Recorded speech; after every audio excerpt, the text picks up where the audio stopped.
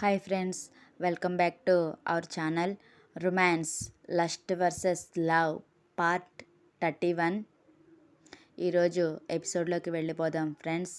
ఆ మాత్రం దానికే సునీత గారు కళ్ళల్లో నుండి కన్నీళ్లు కారిపోయి బుగ్గలను తడిపేస్తూ కొడుకు తనని హత్తుకున్న స్పర్శని మనసారా ఫీల్ అవుతూ ఆ ఫీల్లోనే కాసేపు ఉండిపోయి వెంటనే గురువుగారిని కలవాలి అన్న విషయం గుర్తొచ్చి ఇంట్లో ఉండే హెడ్ మెయిడ్కి నేను గుడికి వెళ్తున్నాను అన్నట్టుగా ఇన్ఫామ్ చేసి గబగబా తనకు కావలసినవన్నీ తీసుకుని కారులో నుండి గుడికి బయలుదేరి వెళ్తారు. నేరుగా గుడి దగ్గరకు వెళ్ళేటప్పటికి ఆవిడ కోసమే ఎదురు చూస్తూ ఉంటాడు గురువుగారి దగ్గర ఉన్న శిష్యుడు. నమస్కారం గురువుగారు, స్వామి మీకు అన్నీ వివరంగా చెప్పే ఉంటారు కదా అని అంటారు. హా, రండి మాత అంటూ ఆవిడని నేరుగా స్వామి ఉండే చెట్టు కిందకు తీసుకువెళ్తారు. అప్పుడే ధ్యానం నుండి బయటకు వస్తూ ఉంటారు ఆయన. నమస్కారం స్వామి, మీరన్నట్టుగానే నా కొడుకు జాతకంతో పాటు మా భార్యాభర్తల పెళ్లి గడియలు రాసిన శుభలేఖ, అలానే మా జాతకాలు కూడా తీసుకువచ్చాను స్వామి అంటారు ఆవిడ. శుభం తల్లి, నువ్వు నా ప్రియ శిష్యుడు అయినటువంటి ఈ ఆనంద బ్రహ్మను తీసుకుని స్వామి శివానంద దగ్గరికి వెళ్ళి నీ మనసులో ఉన్న సందేహాలన్నీ కూడా స్వామి దగ్గర బయటపెట్టు. అప్పుడు ఆయనే నీ సమస్యకు పరిష్కారం చెబుతారు. ఇంకా అంటూ ఆనంద బ్రహ్మ అంటూ ఇప్పటి వరకు తమ వెనకే ఉన్న శిష్యుడిని పిలిచి, ఇదిగో ఇతడు మిమ్మల్ని దగ్గరగా తీసుకువెళ్ళి ఆ స్వామితోటి మీ సందేహాలన్నీ నివృత్తి చేసుకునేలా చేసి మళ్ళీ తిరిగి ఇక్కడికి తీసుకుని వస్తారు అంటూ చిరునవ్వుతో చెబుతారు.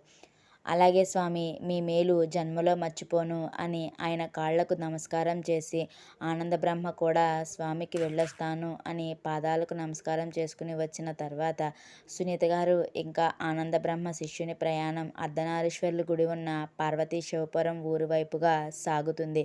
మరి ఈ ప్రయాణంలో ఆవిడకు ఇంకేం కొత్త కొత్త విషయాలు తెలుస్తాయో, ఇంకా తను కోరుకున్నట్టుగా కొడుకు భవిష్యత్తు మారుతుందో లేదో చూద్దాం. భూమి, హాసిని ఇంటికి లాక్ వేసుకుని వచ్చేటప్పటికి వీళ్ళ ఇంటికి 2 ఇళ్ల అవతలవు వీళ్ళ కోసమే ఎదురు చూస్తూ ఉంటారు సందీప్ ఇంకా వినీత్.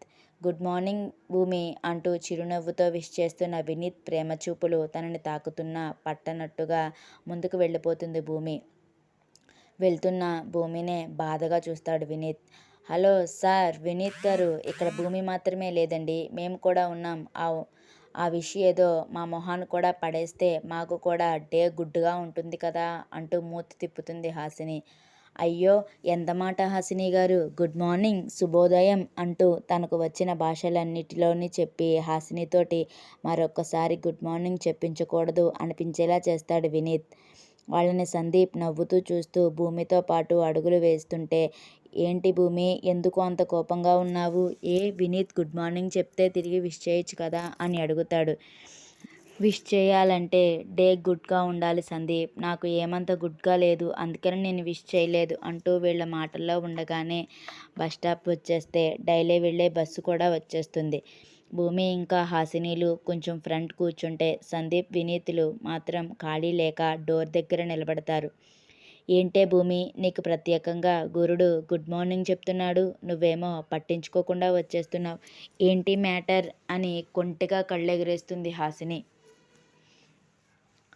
మ్యాటరా పాడా, అదేం లేదు అంటుంది.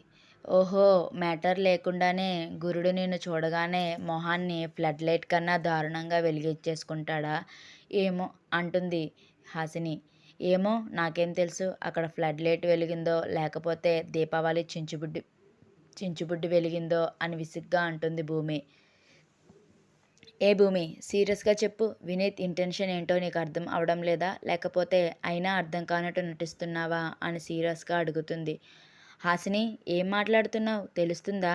అయినా నేను ఇక్కడికి ఎందుకు వచ్చానో నీకు ప్రతిదీ తెలిసి కూడా ఎందుకే ఇలా మాట్లాడుతున్నావు అని అంటుంది. అది కాదు భూమి, నువ్వు ఏ పర్పస్ మీద ఇక్కడికి వచ్చావో నాకు తెలుసు, అదేమీ శాశ్వతం కాదు కదా, అయినా నువ్వు లైఫ్లో ఇలా సింపుల్గానే ఉండిపోతావా? నీకంటూ ఒక తోడు అవసరం లేదా? ఎందుకే ఇలా ఆలోచిస్తున్నావు అని అసహనంగా అంటుంది. నేను నాలానే ఆలోచిస్తున్నాను. ఇంకా అనవసర విషయాలు కూడా పట్టించుకోవాలనుకోవడం లేదు హాసిని. అయినా ఇలాంటివన్నీ నాకు ఇప్పుడు అంత ఇంపార్టెంట్ కాదు. ఇక ఈ విషయం గురించి మాట్లాడుకుంటే బాగుంటుంది అని స్టాప్ రావడంతో కోపంగా దిగి వడివడిగా పెద్ద పెద్ద అడుగులతో వెళ్ళిపోతుంది భూమి. ఇంకొంచెం దూరం వెళ్ళేటప్పటికి అక్కడే హిమ కూడా ఉండడంతో హిమ కూడా వీళ్ళతో మాటలు కలుపుతుంది. ఓహో! ఈ హిమక్రీమేంటి డైలీ ఇక్కడే వెయిట్ చేస్తుంది. మనతో పాటు వెళ్తేనే ఆఫీస్‌లో ఎంట్రీ ఉంటుందని చెప్పారా ఏంటి? అని వెటకారంగా అంటాడు సందీప్. చూడండి సందీప్ గారు, ఏదో నాకు భూమి, హాసినిలతో వెళ్ళాలని ఇక్కడ ఉంటున్నాను గానీ, నాకు ప్రత్యేకించి అక్కడ పర్మిషన్స్ ఏమీ ఉండవు. అయినా నేను వస్తే మీకు నష్టమేంటండి? అని కోపంగా అడుగుతుంది. నాకేం అడ్డు? నేనేమైనా నిన్ను ఎత్తుకుని గాని తీసుకెళ్తున్నానా? ఏం లేదు. నువ్వు జాయిన్ అయిన కొత్తలో సైలెంట్‌గా ఉండేదానివి కదా! ఆ తర్వాత మాతో బాగా కలిసిపోయి ఇక్కడ ఎదురు చూసే వరకు వచ్చేసావు కదా! అందుకనే కొంచెం అనుమానం వచ్చి అడిగాను అంతే అంటాడు. ఏంటండి అలా మాట్లాడతారు? జాయిన్ అయినప్పుడు అంటే మీరు నాకు కొత్త. అందుకనే అలా ఉండేదాన్ని. అయినా వీళ్ళు తన ఫ్రెండ్స్ లిస్టులో జాయిన్ చేసేసుకున్నారు. ఫ్రెండ్స్ కోసం ఆ మాత్రం ఇక్కడ వెయిట్ చేయడంలో పెద్ద తప్పు ఏం లేదు కదా! అని కోపంగా అంటుంది హిమ. తప్పు ఒప్పుల గురించి నేనేం మాట్లాడతానండి. అయినా మీరే అంటున్నారు కదా ఫ్రెండ్స్ అని మాట్లాడుకోండి. అయినా మీ లేడీస్‌కి బోలెడన్ని విషయాలుంటాయి మాట్లాడుకోవడానికి అని వెటకారంగా అంటాడు. తలలో పెట్టుకునే హెయిర్ పిన్ నుండి కాళ్ళ గోరికి వేసే నెయిల్ పాలిష్ వరకు మీకు ప్రతీదీ ఒక రామాయణమే, ఒక మహాభారతమే అని వెక్కిరిస్తాడు. ఆ మాటకి భూమి, హాసినితో పాటు హిమ కూడా కోపంగా చూస్తుంది అతడిని. దాంతో వెంటనే చూపులు తిప్పేస్తాడు అతను. అప్పటికే కొట్టేలా ఉన్న చూపులకు భయపడి వినీత్ భూమిని ప్రేమగా చూస్తూనే తన ప్రేమ చూపులను రాయబారాలతో భూమికి బాణం వేసి కొట్టడంతో పాటు వీళ్ళ మాటలకు నవ్వుతుంటాడు. మాట్లాడుకుంటూ ఆఫీస్ దగ్గరికి వచ్చేటప్పటికి అప్పుడే సూపర్ ఫాస్ట్‌గా విరాట్ డ్రైవ్ చేస్తున్న కార్ వచ్చి సెల్లార్‌లో ఆగుతుంది. విరాట్ ఎప్పుడూ కూడా సొంత డ్రైవింగ్ మీదే వస్తాడు. ప్రీవియస్ ఎపిసోడ్‌లో చెప్పిన డ్రైవర్ వాళ్ళ ఇంటి డ్రైవర్. అందుకనే విరాట్ పబ్‌కి కూడా ఒక్కడే వస్తాడు కాబట్టే డ్రైవర్‌కి ఇన్ఫార్మ్ చేసి అతడితో పాటు ఇంటికి పంపిస్తారు పబ్ వాళ్ళు. అలానే కారు కూడా పబ్ వాళ్ళే విరాట్ ఇంటికి సేఫ్‌గా పంపిస్తారు. ఆల్రెడీ అలా విరాట్ ప్లాన్ చేసుకునే ఉంటాడు ఫస్ట్ నుండి కూడా. గమనించగలరు. తన ముందు నుండే ఫాస్ట్‌గా వెళ్తున్న కారుకి ఒక్క క్షణం అమ్మాయిలు ముగ్గురు కూడా ఫ్రీజ్ అయిపోయి కారులో నుండి దిగుతున్న విరాట్‌ని కొంచెం కోపంగా చూస్తారు. విరాట్ మాత్రం స్టైల్‌గా కారు దిగి వాచ్‌మ్యాన్‌కి కార్ కీస్ ఇచ్చి పార్క్ చేయమని చెప్పి నవ్వుతూ మాట్లాడుకుంటున్న వీళ్ళ బ్యాచ్‌ని కళ్ళు చిన్నవి చేసి చూస్తూ తన పర్సనల్ లిఫ్ట్‌లోకి వెళ్తాడు. తర్వాత తన ఫ్లోర్ నుండి క్యాబిన్‌కి వెళ్ళిపోవడం వెంటనే జరిగిపోతుంది. వామ్మో! అంత స్పీడ్‌గా డ్రైవ్ చేసుకుని రాకపోతే ఈ చంద్రశాసనుడికి డ్రైవ్ చేసినట్టు అనిపించదా ఏంటే? అని కోపంగా అంటుంది హాసిని. అమ్మ హాసీ బేబీ, అది చాలా కాస్ట్లీ కార్. అలాంటి కార్ అంత స్పీడ్‌గా డ్రైవ్ చేస్తేనే దానికి ఉన్న క్రేజ్ తెలుస్తుంది. మనం దానిని డ్రైవ్ చేశామన్న సాటిస్ఫాక్షన్ కూడా వస్తుంది తెలుసా? అని పక్క నుండి వెక్కిరిస్తాడు సందీప్. అబ్బో! వీడేదో మరి కార్ల మీద పీహెచ్‌డీ చేశాడేమో అని హిమ ఇన్నర్‌లో అన్నమాట. ఏంటి అలా చూస్తున్నావ్? వీడేంటి కార్ల మీద పీహెచ్‌డీ చేసినట్టుగా చెప్తున్నాడు? ఏంటని నువ్వు మనసులో నన్ను తిట్టుకుంటున్నావు కదా! అని హిమాని చూస్తూ కళ్ళు చిన్నవి చేస్తాడు సందీప్. ఆ మాటకి అదిరిపడినట్టుగా అయ్యి, వీడికేంటి మనసులో అనుకునేది కూడా తెలిసిపోతాయా? బాబోయ్! వీడితో జాగ్రత్తగా ఉండాలి అని మళ్ళీ ఇన్నర్‌లోనే అనుకుని, అదేం లేదు నేను వెళ్తాను సార్ కూడా వచ్చేశారు కదా! అని గబగబా పరుగు పెట్టినట్టే వెళ్ళిపోతుంది హిమ. దొంగ మొహంది. నన్ను చూస్తే చాలు దీనికి దురద గుంటాకు ఒళ్ళంతా పూసుకున్నట్టు ఉంటుందేమో, నాతో గొడవ పడకుండా ఉండలేదు అని వెళుతున్న హిమానే కసిగా చూస్తాడు సందీప్. అప్పటి వరకు వాళ్ళ ఫన్నీ ఫైట్ చూస్తున్న భూమి సందీప్ దగ్గరకు వచ్చి జబ్బ మీద ఒకటి కొట్టి, ఎందుకురా పాపం హిమాని అలా ఏడిపిస్తావు అని కోపంగా అడుగుతుంది. ఏంటమ్మా? ఏంటి? మళ్ళొకసారి చెప్పు. నేను ఆ ఐస్ క్రీమ్‌ని ఏడిపిస్తున్నానా? నువ్వు ఒకసారి ఐస్ చెకప్‌కి వెళ్తే బాగుంటుంది అని నా ఒపీనియన్ భూమి అంటాడు సందీప్. అడ్డగాడిదా, నా కళ్ళకి ఏమైందిరా, అన్నీ చాలా బాగా కనిపిస్తున్నాయి, నువ్వే వెళ్ళాల్సింది హాస్పిటల్కి అని తిరిగి రివర్స్లో ఒకటి కొడుతుంది. మరి ఏంటమ్మా ఆ ఐస్ క్రీమ్ని వెనకేసుకు వస్తున్నావు, అది మనసులో నన్ను ఎన్ని బండబూతులు తిట్టుకుంటుందో నీ ఊహకు కూడా అందదు తెలుసా అంటాడు.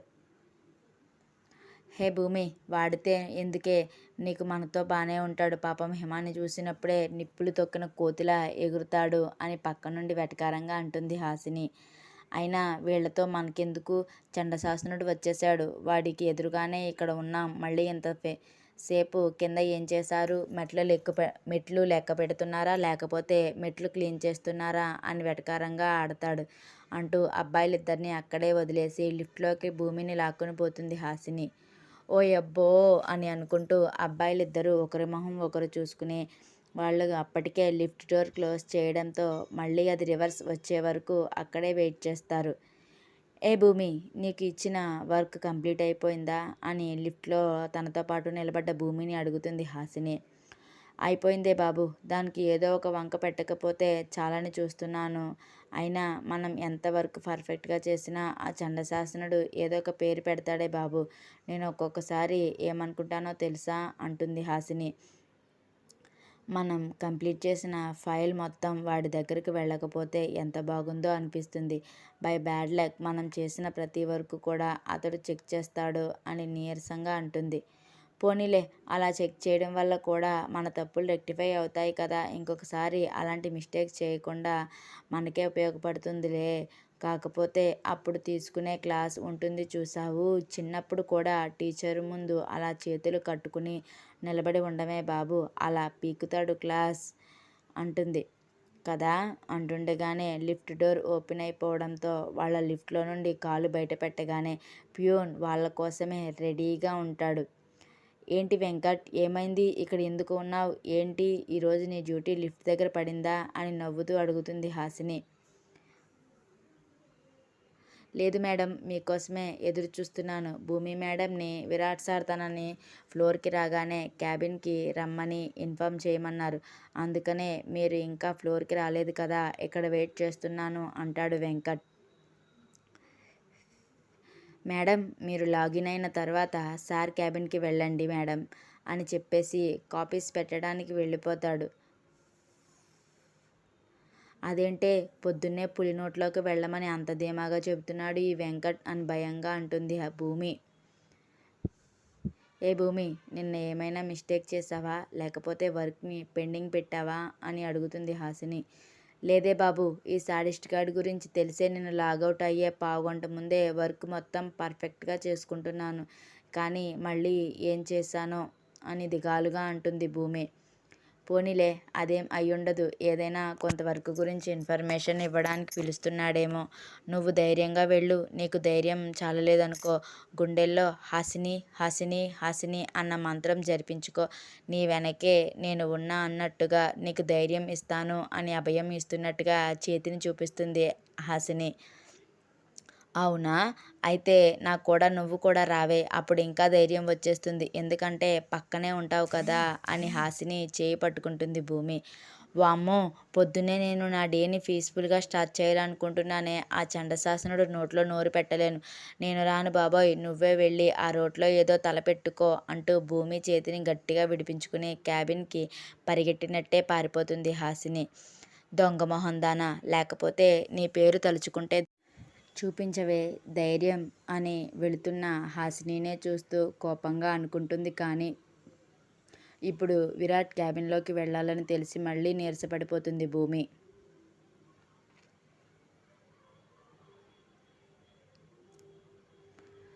ఆనందబ్రహ్మ శిష్యుడితో కలిపి మొదలెట్టిన ప్రయాణం నేరుగా ఎయిర్పోర్ట్ దగ్గర ఆగగానే ఆశ్చర్యంగా చూస్తుంది ఆయన వంక సునీత గారు.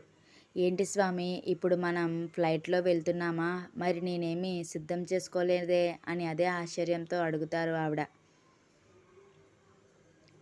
అంతా స్వామి చేసేశారు తల్లి, ఇప్పుడు మనం వెళ్ళి కూర్చోవడమే అంటూ చకచకా చెకింగ్ ప్రాసెస్ ఇవన్నీ చేసేసి విమానంలోకి తీసుకువెళ్ళి కూర్చోబెట్టి ఇంకా ఆశ్చర్యంగా తన వంకే చూస్తున్న సునీత గారిని చూసి చిన్న చిరునవ్వు నవ్వుతారు ఆయన. నిజంగా నాకు చాలా ఆశ్చర్యంగా ఉంది తెలుసా! మీరు తీసుకెళ్తాను అంటే ఏ కార్‌లోనో, లేకపోతే బస్సులోనో అనుకున్నాను కానీ, ఇలా విమాన ప్రయాణం అని అనుకోలేదు. నేను నిజంగా స్వామికి చాలా రుణపడిపోయాను స్వామి అని కళ్ళనీళ్లతో అంటారు ఆవిడ. మీరు మీ భర్తకి, కొడుకుకి తెలియకుండా వచ్చినప్పుడు, ఒక రోజులో మనం అనుకున్న పని అయిపోవాలి అన్నప్పుడు, ఒక్కొక్కసారి ఈ ప్రయాణాలే మనకు ఉపయోగపడతాయి తల్లి. అందుకనే స్వామి ఈ ఆలోచన చేశారు అంటారు ఆయన. అంటే ఏంటి స్వామి, నేను ఇంట్లో చెప్పకుండా వచ్చేసానని మీకు కూడా తెలుసా అని అదే ఆశ్చర్యంతో అడుగుతారు. దానికి ఆయన చిన్న చిరునవ్వు మాత్రమే నవ్వి సీట్‌కి ఆనుకోగానే సీట్ బెల్టులు పెట్టుకుని రెడీగా ఉండండి అన్నట్టు అనౌన్స్‌మెంట్ వినిపిస్తుంది. అయోమయంగానే ప్రయాణాన్ని ముగిస్తారు సునీత గారు. అప్పటికే ఫ్లైట్ టేకాఫ్ అండ్ ల్యాండింగ్ కూడా అయోమయంలోనే చేసేసి ఎదురుగా కనిపిస్తున్న బోర్డు వైపు ఆశ్చర్యంగా చూస్తారు. స్వామీ, ఇప్పుడు మనం ఆంధ్రప్రదేశ్‌లోని కృష్ణా జిల్లాకి వచ్చామా అని అడుగుతారు. అవును తల్లి, మనం కృష్ణా జిల్లాకే వచ్చాము. మనం ముందుగా ఆ దుర్గమ్మ తల్లి దర్శనం చేసుకుని, ఆ తర్వాత కృష్ణా జిల్లాకి 100 కిలోమీటర్లు దూరంలో ఉన్న చిన్న పల్లెటూరికి వెళ్ళాలి అంటూనే అప్పటికే క్యాబ్ కూడా రెడీగా ఉండడంతో ఆవిడతో పాటు క్యాబ్‌లో కూర్చుని అన్నట్టుగానే దుర్గమ్మ తల్లి దర్శనం చేసుకుంటారు. ఆయన ఇంకా సునీత గారు కనులారా పసుపు ముద్దలా వెలిగిపోతున్న అమ్మవారిని దర్శించుకుని కాసేపు గుడి ప్రాంగణంలోనే కూర్చుని అమ్మవారికి ఎంతో ఇష్టమైన పులిహోర ప్రసాదాలు తీసుకుని మళ్ళీ తమ ప్రయాణాన్ని అర్ధనారీశ్వర ఆలయం ఉన్న వైపుగా సాగిస్తారు సునీత గారు ఇంకా ఆనందబ్రహ్మ శిష్యుడు గారు. Thank you friends. ఇలాంటి మోర్ వీడియోస్ కోసం నా ఛానల్ని సబ్స్క్రైబ్ చేసి ఎంకరేజ్ చేయండి ఫ్రెండ్స్. ఇంకా ఈ స్టోరీ అనే కాదు, ఇంకా చాలా చాలా మంచి స్టోరీస్ అన్నీ కూడా ప్రతిలిపిలో లక్ష్మీ వేణుం అన్న ప్రొఫైల్లో ఉన్నాయి. మీకు కావాలంటే అక్కడికి వెళ్ళి ఒకసారి చెక్ చేసుకోండి ఫ్రెండ్స్.